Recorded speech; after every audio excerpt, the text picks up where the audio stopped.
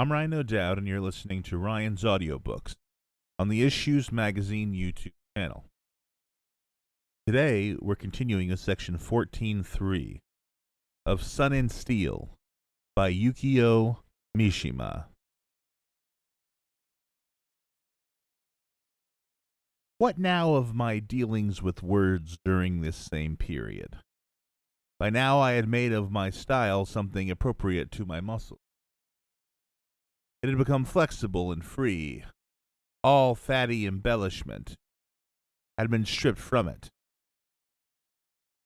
while muscular ornament that is, that though possibly without use in modern civilization, was still as necessary as ever for purposes of prestige and presentability, had been assiduously maintained. I disliked a style that was merely functional as much as one that was merely sensuous. Nevertheless, I was on an isolated island of my own. Just as my body was isolated, so my style was on the verge of non-communication. It was a style that did not accept but reject. More than anything, I was preoccupied with distinction. Not that my own style necessarily had it. My ideal style would have had the grave beauty of polished wood in the entrance hall of a samurai mansion on a winter's day. In my style, as hardly needs pointing out, I progressively turned my back on the preferences of the age. Abounding in antithesis, clothed in an old-fashioned, weighty solemnity, did not lack nobility of a kind, but it maintained the same ceremonial grave pace wherever it went, marching through other people's bedrooms with precisely the same tread as elsewhere. Like some military gentlemen, it went about with chest out and shoulders back, despising other men's styles for the way they stooped, sagged at the knees, even, heaven forbid, swayed at the hips. I knew, of course, that there are some truths in this world that one cannot see unless one unbends one's posture. But such things could well be left to others. Somewhere within me I was beginning to plan a union of art and life, of style and ethos of action. If style was similar to muscles and patterns of behavior, then its function was obviously to restrain the wayward imagination. Any truths that might be overlooked as a result were no concern of mine, nor did I care one jot that the fear and horror of confusion and ambiguity eluded my style. I had made up my mind that I would select only particular truth and avoid aiming at any all-inclusive truth. Enervating, ugly truths I ignored. By means of a process of diplomatic selection within the spirit, I sought to avoid the morbid influence exerted on men by indulgence in the imagination. Nevertheless, it was dangerous, obviously, to underestimate or ignore its influence. There was no telling when the sickly forces of invisible imagination, still lying in wait, might launch their cowardly assault from without the carefully arrayed fortifications of style. Day and night I stood guard on the ramparts. Occasionally a red fire would flare up like a signal on the dark plain stretching endlessly into the night before me. I would try to tell myself that it was a bonfire. Then, as suddenly as it had appeared, the fire would vanish again, as guard and weapon against imagination and its henchman's sensibility. I had style. Attention of the all-night watch, whether by land or by sea, was what I sought after in my style. More than anything, I detested defeat. Can there be any worse defeat than when one is corroded and seared from within by the acid secretions of sensibility, till finally one loses one's outline, dissolves, liquefies, or when the same thing happens to society about one, and one alters one's own style to match it?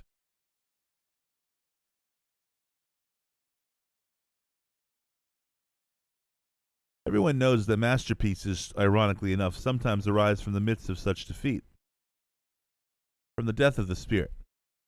Though I might retreat a pace and admit such masterpieces as victories, I knew that they were victories without a struggle, battleless victories of a kind peculiar to art.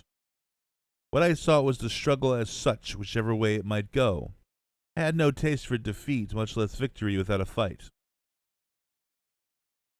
At the same time, I knew only too well the deceitful nature of any kind of conflict in art. If I must have a struggle, I felt I should take the offensive in fields outside art. In art, I should defend my citadel. It was necessary to be a sturdy defender within art, and a good fighter outside it. The goal of my life was to acquire all the various attributes of the warrior. During the post-war period, when all accepted values were upset, I often thought and remarked to others that now, if ever, was the time for reliving the old Japanese ideal of a combination of letters and the martial arts, of art and action. For a while, after that, my interest strayed from that particular ideal. Then, as I gradually learned from the sun and the steel the secret of how to pursue words with the body, and not merely pursue the body with words, the two poles within me began to maintain a balance, and the generator of my mind, so to speak, switched from a direct to an alternating current. My mind devised a system that, by installing within the self two mutually antipathetic elements, two elements that flowed alternatively in opposite directions, gave the appearance of inducing an ever wider split in the personality, yet in practice created at each moment a living balance that was constantly being destroyed and brought back to life again. The embracing of a dual polarity within the self, and the acceptance of contradiction and collision, such was the own blend of art and action.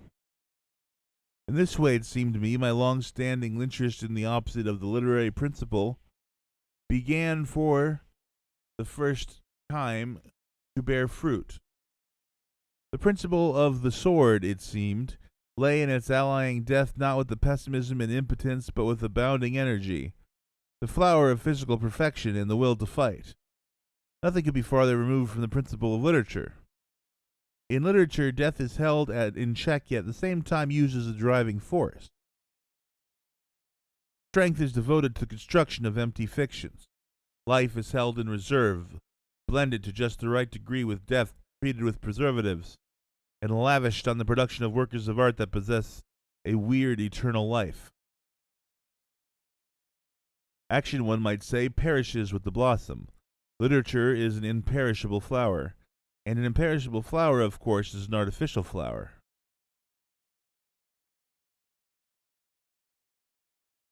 Thus, to combine action and art is to combine the flower that wilts and the flower that lasts forever, to blend within one individual the two most contradictory desires in humanity, the respective dreams of those desires' realization.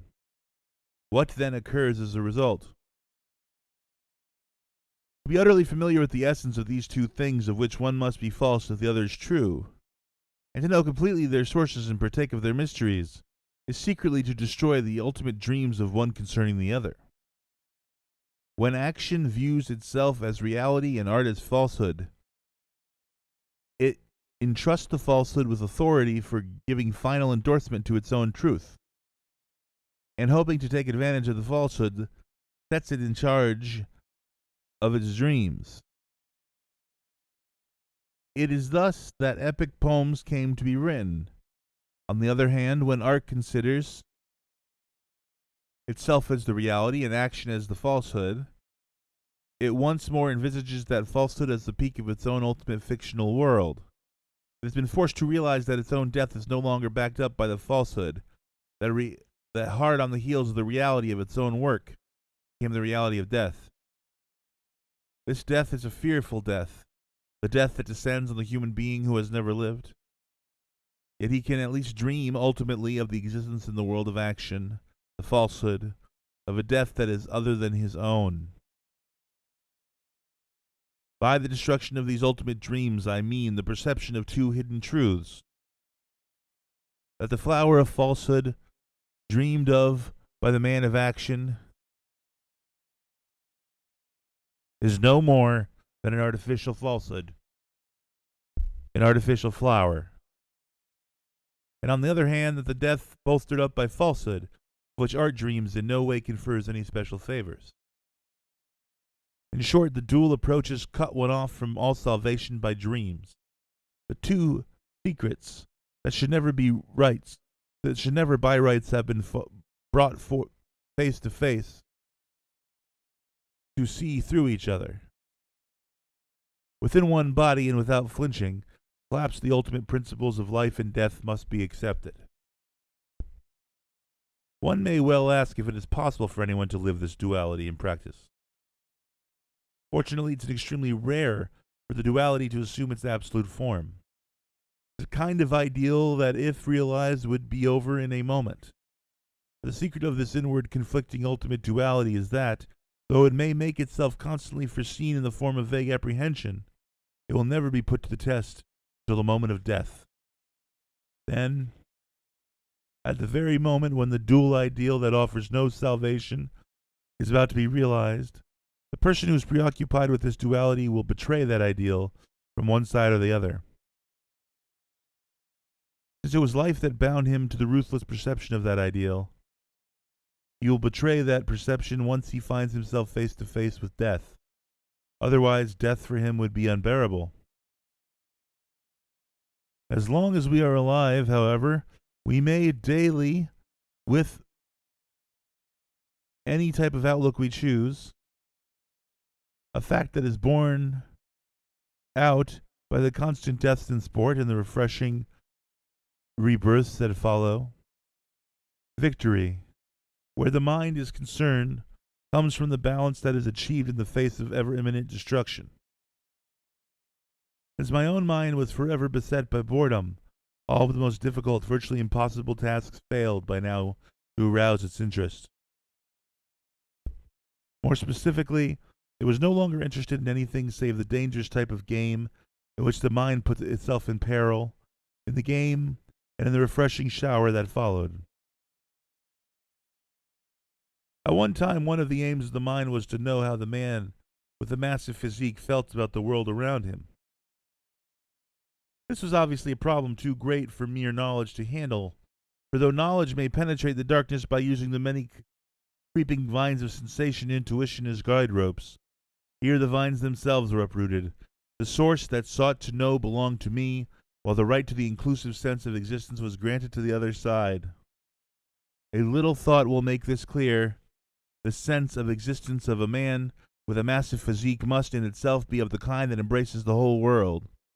For the man, considered as an object of knowledge, everything outside himself, including me, must necessarily be transferred onto the objective outside world experienced by his senses. No accurate picture can be grasped under such circumstances unless one responds with a still more embracing awareness. It is like trying to know how the native of another country experiences existence. In such a case, all we could do is apply inclusive abstract concepts such as mankind, universal humanity, and so on, and to make deductions using these hypothetical yardsticks. This, however, is not an exact knowledge, but a method that leaves the ultimately unknowable elements untouched and deduces by analogy with the other shared elements. The real question is staved off. The things one really wants to know are shelved. The only other alternative is for the imagination to take over unashamedly and adorn the other side with a whole variety of poems and fantasies.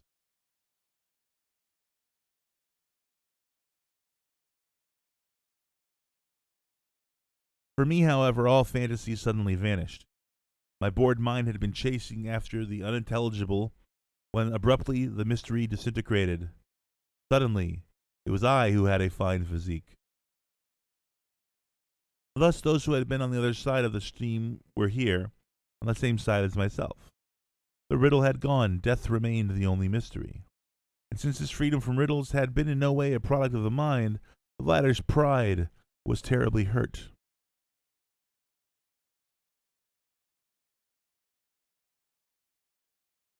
Somewhat defiantly, it began to yawn once more.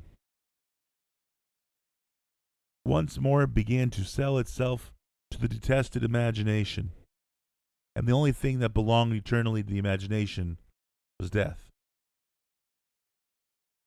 Yet where's the difference? If the deepest sources of the morbid imagination that fails on one by night, of the voluptuous imagination, inducer of sensual abandon, lie once and all in death, how does that death differ from the glorious death? What distinguishes the heroic from the decadent death? The dual way's cruel withholding of salvation proves that they are ultimately the same, and that the literary ethic and the ethic of action are no more pathetic efforts of resistance against death and oblivion. What difference there might be resolves itself into the presence or absence of the idea of honor, which regards death as something to be seen, and the presence of absence of the formal aesthetic of death that goes with it. In other words, the tragic nature of the approach to death and the beauty of the body going to its doom. Thus, where a beautiful death is concerned, men are condemned to iniquities, inequalities. Men are condemned to inequalities and degrees of fortune commensurate with the inequalities and degrees of fortune bestowed upon them by fate of birth. Though this inequality is obscured nowadays by the fact that modern man is almost devoid of the desire of the ancient Greeks to live beautifully and die beautifully. Why should a man be associated with beauty only through a heroic, violent death? In ordinary life, society maintains a careful surveillance to ensure that men shall have no part in beauty. Physical beauty in the male, when considered as an object in itself without any immediate agent, is despised. The profession of the male actor, which involves constantly being seen, is far from being accorded true respect. A strict rule is imposed where men are concerned. It is this: a man must, under normal circumstances, never permit his own objectification. He can only be objectified through the supreme action, which is, I suppose, the moment of death. The moment when, even without being seen, the fiction of being seen and the beauty of the object are permitted. Of such is the beauty of the Suicide Squad. What is recognized as beauty not only in the spiritual sense, but by men in general, is an ultra-erotic sense also. Moreover, serving as agent in this case is a heroic action of an intensity beyond the resources of the ordinary mortal, so that objectivization without an agent is not possible here. However close mere words may get to this moment of a supreme action that takes as intermediary for beauty, they can no more overtake it than a flying body can attain the speed of light. But what I was trying to describe here was not beauty. To discuss beauty is to discuss question in depth. This was not my intention. What I sought to do was to arrange a great variety of ideas like dice or hard ivory, and to set limits to the function of death. The function of each. I discovered then that the profoundest depths of the imagination lie in death.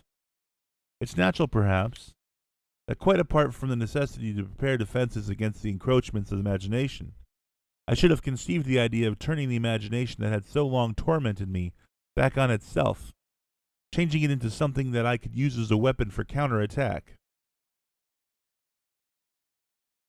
However, where art as such was concerned, my style had already built forts here, there, and everywhere, and was successfully holding the encroachments of the imagination in check.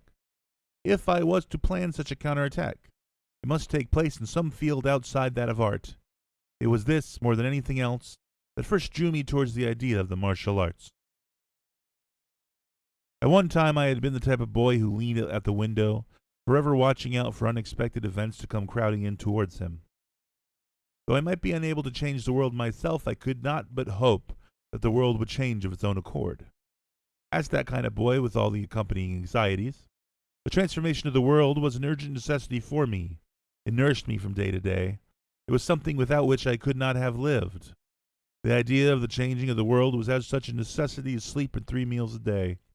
It was the womb that nourished my imagination. What followed in practice was in one sense a transformation of the world, in another it was not. Even though the world might change into the kind I'd hoped for, it lost its rich charm at the very instant of change. The thing that lay at the far end of my dreams was extreme danger and destruction. Never once had I envisaged happiness. The most appropriate type of daily life for me was day-by-day world destruction. Peace was the most difficult and abnormal state to live in.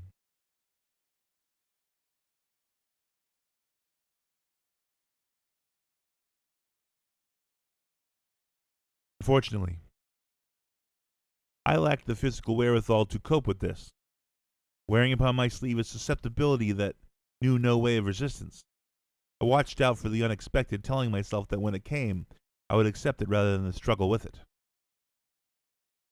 Much later, I realized that if the psychological life of this excessively decadent youth had happened to be backed up by strength and the will to fight, it would have constituted a perfect analogy for the life of the warrior. It was an oddly exhilarating discovery. In making it, I put within my grasp the opportunity to turn the imagination back on itself. If the only natural world for me was one in which death was an everyday, self-evident matter, and if what was natural to me was very easily attainable, not through artificial devices but by means of perfectly unoriginal concepts of duty, then nothing could be more natural than that I should gradually succumb to temptation and seek to replace imagination by duty.